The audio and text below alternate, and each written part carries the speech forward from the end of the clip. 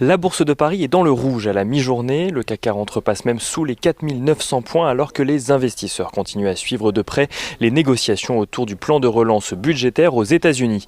Alors que Nancy Pelosi, la présidente démocrate de la Chambre des représentants, avait fixé la date du 20 novembre, soit hier, comme date limite pour tomber d'accord, les négociations devraient finalement se poursuivre aujourd'hui. Nancy Pelosi a d'ailleurs évoqué hier la rédaction en cours d'un texte, tandis que le secrétaire général de la Maison-Blanche, Mark Meadows, s'est félicité hier que les deux camps travaillent très dur pour trouver un accord, espérant même que celui-ci arrive d'ici la fin de semaine.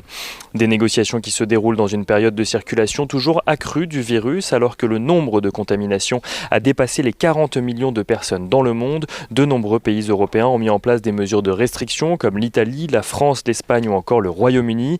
L'Irlande est même allée jusqu'à reconfiner sa population. Les États-Unis apparaissent de leur côté comme le pays le plus touché par la pandémie selon un décompte effectué par Reuters, tandis que la France arrive-t-elle en 8e position. Aux États-Unis toujours, le gouvernement américain a décidé d'intenter une action en justice contre Google pour atteinte aux droits de la concurrence dans le but de préserver son monopole en matière de publicité en ligne.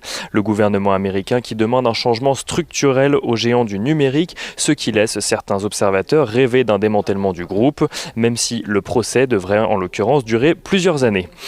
Du côté des entreprises, Vinci fait état d'un chiffre d'affaires d'un peu plus de 30 milliards d'euros sur les 9 premiers mois de l'année, soit un recul de 12% par rapport à 2019. Le géant de la construction constate cependant un retour à la normale dans la plupart de ses pôles au troisième trimestre, même s'il ne change rien pour le moment à sa prévision de pertes significatives pour 2020.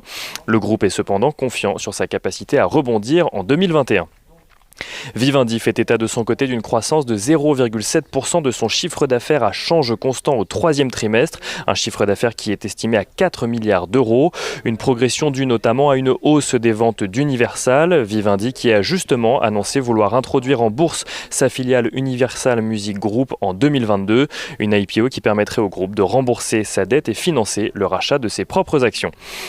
Worldline annonce un très large succès de son OPA amical sur Ingenico. Worldline possède à présent 88,64% très exactement du capital du spécialiste du paiement et 83,2% des droits de vote. L'OPA doit d'ailleurs recommencer prochainement, mais selon un calendrier qui sera décidé par l'AMF.